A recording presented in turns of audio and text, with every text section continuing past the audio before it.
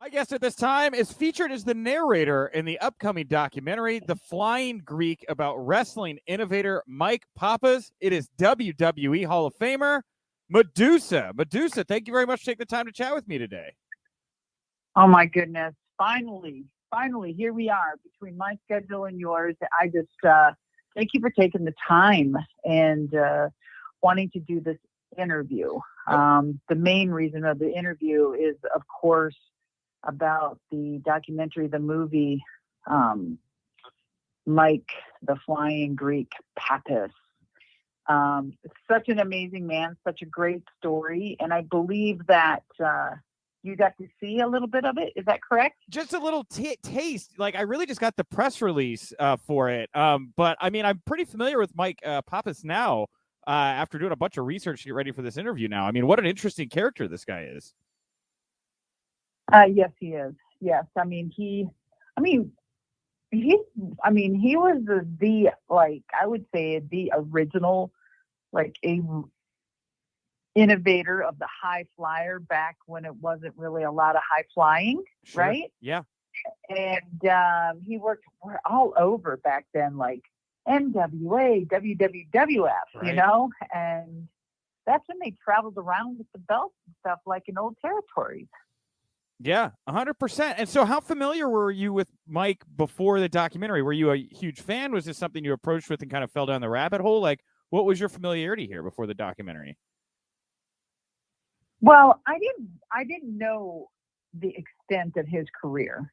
And when it was brought to my attention with Jason, he's the director, film has always been one of my hidden pleasures. You know, I've always loved film. I always wanted to be an actress. And, you know, I dabbled in movies myself before it was cool to have wrestlers do movies. You know, I was just way ahead of my time, you know. Sure. And so I've always had a hidden pleasure. And then I really loved the behind the scenes and wanting to do more. But my career as far as a pro wrestler or a monster truck driver, and has always taken precedence. I mean, it's always been the forefront of what I did. And so that has always been on the back burner. So when I ran into Jason, I met Jason through Leilani Kai. And what a dear, what a wonderful woman she is. She deserves so much more than she receives as well in this business. Sure. She introduced me to Jason, and he's a rising writer and with so much ambition, and what a headspace he has, like so many ideas and all this creativity. His mind is explosive. He's so good. And so he approached and we started talking about my own documentary. And when doing so, he was doing or just starting, or it was right in the infancy of it, of Flying Greek. And he goes, you would be perfect for this. Would you want to be a narrator or would you want to be a part? And I'm like, oh my gosh, what an honor. Hell yeah. And so just vaguely knowing of him, diving into the project really expanded me to everything about this man. And this man has been all over, like, you know, from Australia to Japan to, you know, if you know the story, sure, right? Yeah, 100%. And like family. And I love his whole meaning of, you know, his family comes first, right? And right. he worked for his family and he loved what he did, but he knew it was, you know, it was tearing him apart and he knew he had to do something. And, you know, he became a successful jeweler, and what an incredible story. Yeah. So I'm sorry, go ahead. Yeah. No, so, I mean, and I love the whole thing, you know, WWE has a lot of footage on him. You know, we tried contacting them, even myself, you know, even with the few people I may know in there, and not a darn thing, you know, just a little bit of, but, you know, hey, when they own something, they own something. They don't want to give it up. And I understand that. Oh, man. But, yeah, so he's got some great stuff with him and Andre the Giant. Oh, man. See, it kills you to know that all that stuff is there and you can't touch it and play with it, right? I mean, they've got a lot of meaningful content, a lot of fans clamoring for some of the documentaries they've put together that they haven't released for one reason or another as of late, you know?